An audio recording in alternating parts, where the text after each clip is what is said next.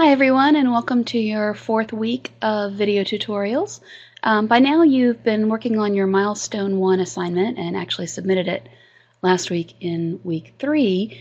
And one of the words or terms that you've seen come up again and again, and you'll notice it throughout your grading rubric and assignment guidelines for the final paper and the steps leading up to it, like Milestones 1 and 2, is this idea of a social construct. And I know this could be kind of a confusing term. We've had students in past terms ask about it, so I wanted to do a quick little tutorial here about what we're talking about when we say a social construct. So what I'm going to do is talk about what it is and what it does, and then why you need to consider it for your final paper in terms of making that contemporary connection that we'll talk more about too. And then I'll share some examples with you as well. So what is a social construct? So what we mean when we say social constructs, these are concepts or roles, ideas, beliefs, or phenomena that happen in society. So they can be very intangible, very abstract ideas, concepts that we all sort of know about or agree with or accept as part of our society, sometimes without even really realizing it. They're just things that are so prevalent in our world around us that they're just part of our day-to-day life in society. They may be more abstract in terms of beliefs and what we expect ourselves to do and expect others to do, or they might be a little more specific in terms of an actual phenomenon. And again, I'll talk about that when I get to some examples here in a second. These social constructs can be created intentionally by society, so they may be something that as a group or as a part of the society, it's decided upon that this is going to be the way we conduct ourselves. So they can be created intentionally, or they may be something that develops more organically over time. So ideas and roles and beliefs that society just sort of gradually or more naturally begins to accept as commonplace. So what do they do? What do social constructs do? How do they affect us? They can guide our way of thinking and inform what we believe. They can affect how we conduct ourselves within our society and within more of a one-on-one relationship. And they affect the way we view ourselves as well as the way we view one another. So again, those roles, ideas, beliefs all have an impact in how we view ourselves in society, how we view others, and then how we sort of all interact within that larger context. So why do you need to think about these for your final paper or for FAS 201 and 202 in general? You want to consider how the arts and the humanities affect society.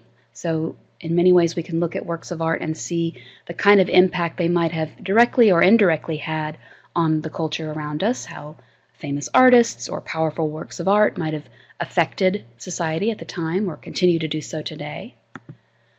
We can also consider how the art and humanities reflect society. So on the one hand, they may have that initial impact in terms of making an effect on society themselves, or works of art can be sort of like a mirror that we hold up to society, and they reflect the way we act, the way we behave, the kinds of things that happen, both good and bad, within our society. And you're going to be thinking about social constructs more specifically in terms of your final paper, in that you're going to bring that comparison and contrast that you're doing in your two main works of art in the paper sort of into the present. We've talked about this a little bit up to this point. Throughout the body of your paper, you're really going to be looking at your two works of art that are more historical and comparing and contrasting them in terms of their styles and visual details or literary details for those of you in 201, and how they fit into their respective contexts throughout history. Towards the end of your paper, you're going to actually sort of bring all this information in terms of that theme that you're looking at for your two main works of art into the present day, into the contemporary world around us today. So a social construct is not necessarily something that's only happening in the world around us today. It's been there in the past too, but as far as your paper goes, it's really going to be something that sort of brings it all up into the present. So some examples. As I was saying, social constructs can be more abstract in terms of a belief or an idea that we can't really touch, and it might be something that we don't even really think about as far as having been constructed in our world. It's just something that is there. So for example, a religion or a faith, again, this might change depending on a particular culture or time period, or a specific religion or area of religion, but this is another example of a social construct. We as people, as societies, have sort of created and developed this concept of faith and religion, and it definitely has an effect on our lives, and we see it reflected in art. Gender roles, so not necessarily the scientific idea of gender, but what it is we think of when we think of what men or women do or how they function in society, what's expected of them, how they're perceived. Psychology, again, it seems very natural. It seems like something that's just always been there, but it's definitely something constructed by society to help us reflect on who we are, how we think, why we think what we think.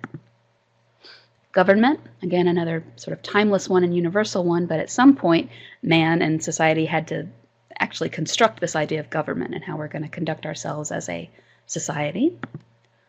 Family, and naturally we already have families, of course, in terms of having mothers and fathers and offspring, but the larger idea or the concept of what a family is definitely a social construct. What's important about it, some cultures value it in different ways, so it's definitely a social construct.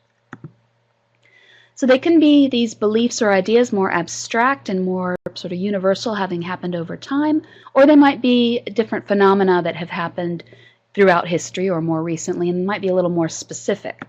So for example, things like the media. This is, it's not necessarily tangible. You can't always touch the idea of media, but this can refer to anything from news outlets to entertainment media, television, newspapers, magazines, and all different kinds of media within those different realms. So entertainment magazines, beauty magazines, fashion magazines, news articles, popular culture articles, that sort of thing. Then, of course, the idea of politics and political parties sort of grows out of that other idea of beliefs and ideas when it comes to social constructs, this sort of phenomena of how we further break down the idea of government and how we govern ourselves. Social media, sort of another subcategory of media, that's definitely a phenomenon, a social construct that's happened in the more recent years, much more of a contemporary concept, of course. This idea of social media wasn't around 20, 30 years ago for sure. 24-hour news cycle is another specific example of a social construct. Again, if you look back in as early as 20 or 30 years ago, you got your news at certain times of the day and you got your newspaper at certain times of the day, but now it's this sort of constant stream of information. So that's definitely a contemporary social construct. The idea of selfie, again, very specific, this phenomena that we didn't necessarily see years ago. We've seen the idea of self-portraiture, of course, in art, but this new concept of taking a selfie is definitely a new and more contemporary idea of a social construct. So the beliefs and ideas that we talked about before, those more abstract ones, more universal, whereas the phenomena in terms of social constructs are more concrete, more contemporary, perhaps. And again, as far as your final paper goes, you may choose a social construct for making that contemporary connection later in your paper and bringing the theme that you're exploring in your two main works of art into the present. Or you may choose an actual specific artifact from today. So you might choose an actual work of art, or an actual painting or a sculpture or a work of architecture. Or you might choose one of these more abstract, more generalized ideas in terms of how we can see theme relevant today. So hopefully this gives you a better definition of what is sort of a tricky thing to define in the first place in terms of social constructs.